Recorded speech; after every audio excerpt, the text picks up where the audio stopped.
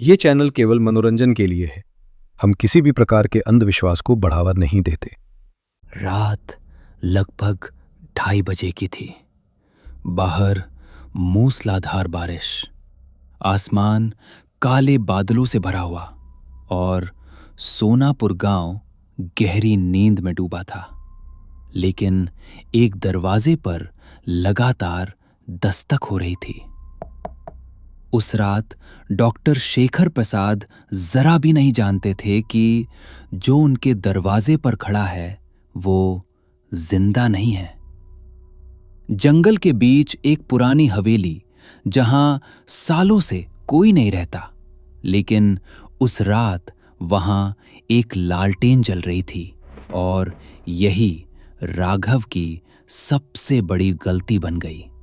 जब उसने कमरे के अंदर झांका तो उसकी सांस रुक गई। मिट्टी के बड़े बर्तन के अंदर जो रखा था उसे देखकर उसका खून जम गया और तभी एक ठंडी डरावनी आवाज गूंजी। क्यों खाना नहीं खाओगे? मैं उस रात वापस नहीं आया था। मैं मर चुका हूं। डॉक्टर के पैरों तले जमीन खिसक गई। लेकिन एक डॉक्टर मौत से नहीं, फर्ज से डरता है। चलो, मैं तुम्हारी मां का इलाज करूंगा। दूर अंधेरे में राघव खड़ा था। इस बार उसके चेहरे पर डर नहीं, सिर्फ शांति थी। उसने हाथ जोड़कर डॉक्टर को धन्यवाद दिया। लेकिन कहानी यहीं नहीं हुई, क्योंकि उस हवेली में अब भी एक पुराना श्राप जिंदा था। मुझे बदला नहीं चाहिए, मुझे सिर्फ न्याय और शांति चाहिए। अगर सच्चाई दबा दी जाए तो आत्माएं कभी मुक्त नहीं होती।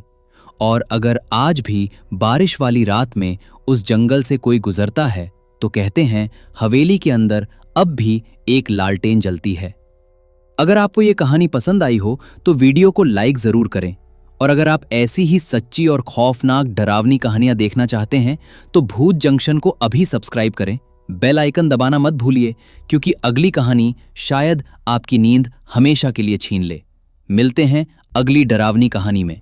तब तक अपने आसपास की हर दस्तक पर भरोसा मत करना,